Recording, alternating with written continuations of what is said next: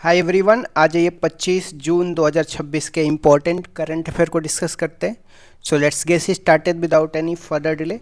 प्रश्न संख्या 1 से स्टार्ट करते हैं कि US world future skill index 2027 में भारत को कौन सा स्थान मिला है। तो भारत को 13वां स्थान मिला है।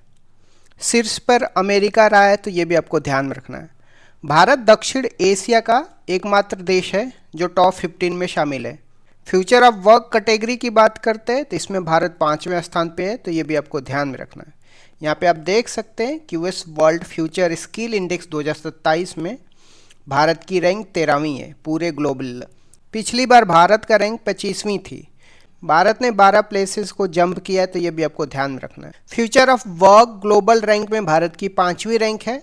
South Asia future of work में भारत की पहली रैंक है।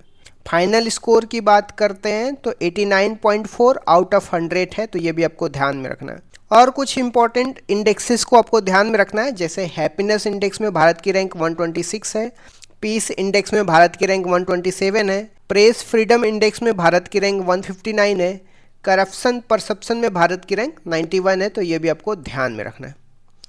नेक्स्ट क्वेश्चन में आते हैं, ब्रिक्स स्पेस एजेंसियों के प्रमुखों की बैठक कहाँ पे आयोजित हुई है। तो बेंगलुरु में आयोजित हुई है। बैठक बेंगलुरु में इसलिए हुई है क्योंकि यहाँ पे इसरो का मुख्यालय है और इसका उद्देश्य है स्पेस डिप्लोमेसी, अंतरिक्ष कूटनीति को बढ़ावा देना।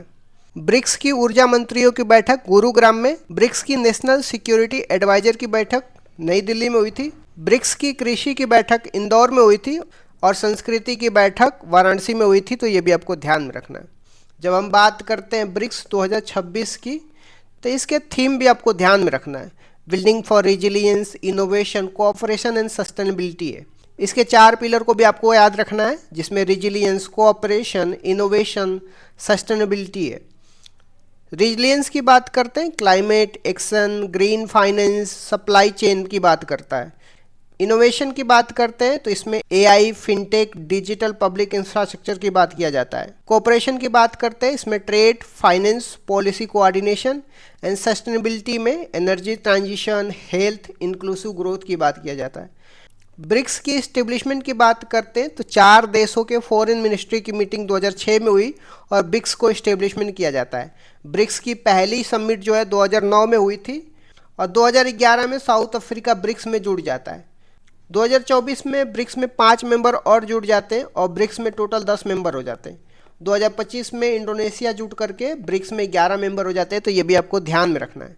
जो फाउंडिंग मेंबर है, जिसमें Brazil, Russia, India, China, south Africa है, और जो नए मेंबर हैं Saudi Arabia, UAE, Egypt, Ethiopia, Iran, Indonesia है, तो ये भी आपको ध्यान में रखना है। ब्रिक्स का अपना खुद का बैंक है जिसको एनडीबी बोला जाता है, न्यू डेवलपमेंट बैंक बोला जाता है। इसका हेडक्वार्टर शंघाई, चाइना में है और इसको 2014 में बनाया जाता है वर्ल्ड बैंक और आईएमएफ को काउंटर करने के लिए, तो ये भी आपको ध्यान में रखना है। नेक्स्ट क्वेश्चन पे आते हैं, नोबेल विजेता फ्रांसवा एंगलेट का निधन हो गया है। उन्होंने किसकी खोज में यह महत्वपूर्ण योगदान दिया था। तो उन्होंने हिग बोसॉन की खोज में महत्वपूर्ण योगदान दिया था। इन्हें 2013 में पीटर हिग्स के साथ नोबेल पुरस्कार मिला था, तो ये भी आपको ध्यान में रखना है। हिग्स बोसोन को गॉड पार्टिकल कहा जाता है, तो ये भी आपको ध्यान में रखना है। इसकी वैज्ञानिक पुष्टि की बात करते हैं तो 2012 में लार्ज हेड्रॉन कोलाइडर मशीन के प्रयोग में हुई थी, तो ये भी आपको ध्यान में रखना है। नेक्स्ट क्वेश्चन में आते हैं, श्री अंबाबाई मंदिर विकास परियोजना कहाँ पे शुरू हुआ है। तो कोल्हापुर, महाराष्ट्र में हुआ है। इसकी लागत 1500 करोड़ है और इसे विकास भी विरासत भी अभियान के तहत शुरू किया गया है। यह मंदिर देवी लक्ष्मी को समर्पित है, तो यह भी आपको ध्यान में रखना है।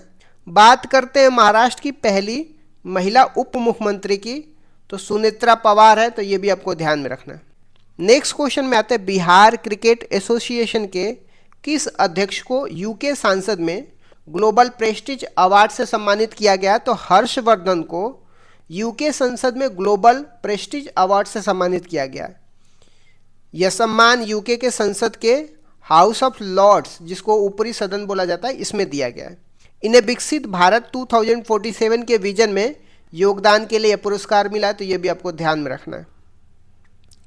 नेक्स्ट क्वेश्चन में आते हैं, ऐतिहासिक हेमिस फेस्टिवल 2026 कहाँ पे शुरू हुआ है।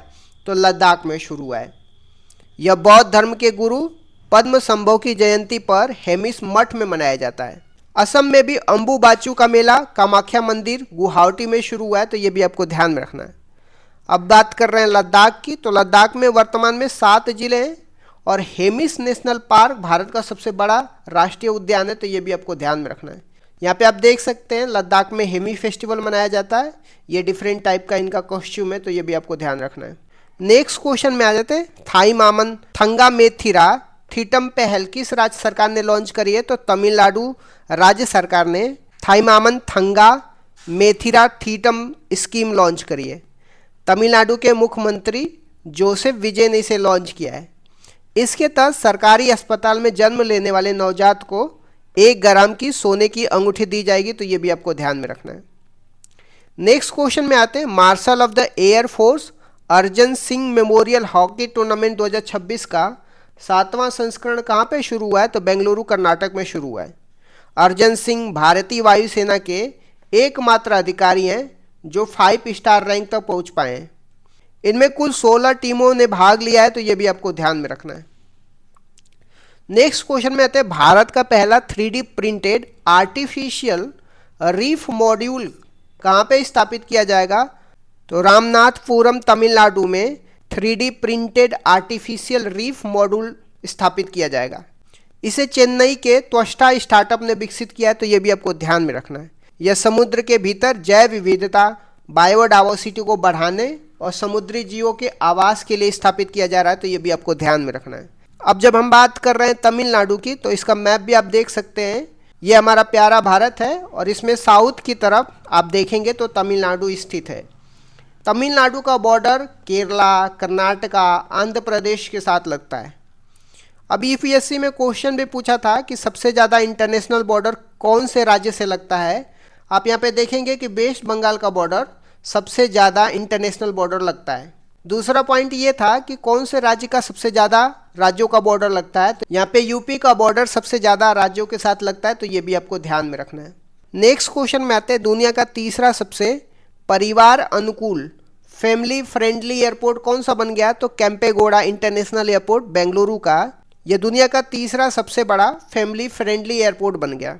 विश्व में प्रथम स्थान की बात करते हैं तो फिनलैंड का वांटा एयरपोर्ट हेलेंस्की में ये बन गया है। हैदराबाद का राजीव गांधी एयरपोर्ट इस सूची में चौथे स्थान पर रहा है, तो ये भी आपको ध्यान में रखना है। यहाँ पे आप देख सकते हैं केम्पेगौड़ा इंटरनेशनल एयरपोर्ट बेंगलुरु में स्थित है और ये दुनिया का तीसरा फैमिली फ्रेंडली इंटरनेशनल एयरपोर्ट बन गया। आ जाते हैं महत्वपूर्ण सूचनाओं की बात करते हैं तो अभिज्ञान ऐप की बात करते हैं तो इसको गृह मंत्री द्वारा फिंगरप्रिंट रिकॉर्ड और आपराधिक रिकॉर्ड की जांच के लिए लॉन्च किया गया। नमो भारत की बात करते हैं। यह Delhi Meerut regional rapid transit system train का नाम नमो भारत है। उत्तर प्रदेश की बात करते हैं तो इसका सबसे ज़्यादा राज्यों से बॉर्डर लगता है और यहाँ के अलीगढ़ के शेखा झील पक्षी अभ्यारण्य को देश का 99वां रामसर स्थल घोषित किया गया है। कियर स्टार्मर की बात करते हैं तो ब्रिटिश के प्राइम मिनिस्टर जिन्होंने हाल ही में इस्तीफा दे दिया, तो ये भी आपको ध्यान में रखना है। इस तरीके से मैंने कुछ इंपॉर्टेंट करंट अफेयर को डिस्कस कर दिया। Thank you so much guys, keep loving, keep supporting, bye bye, see you.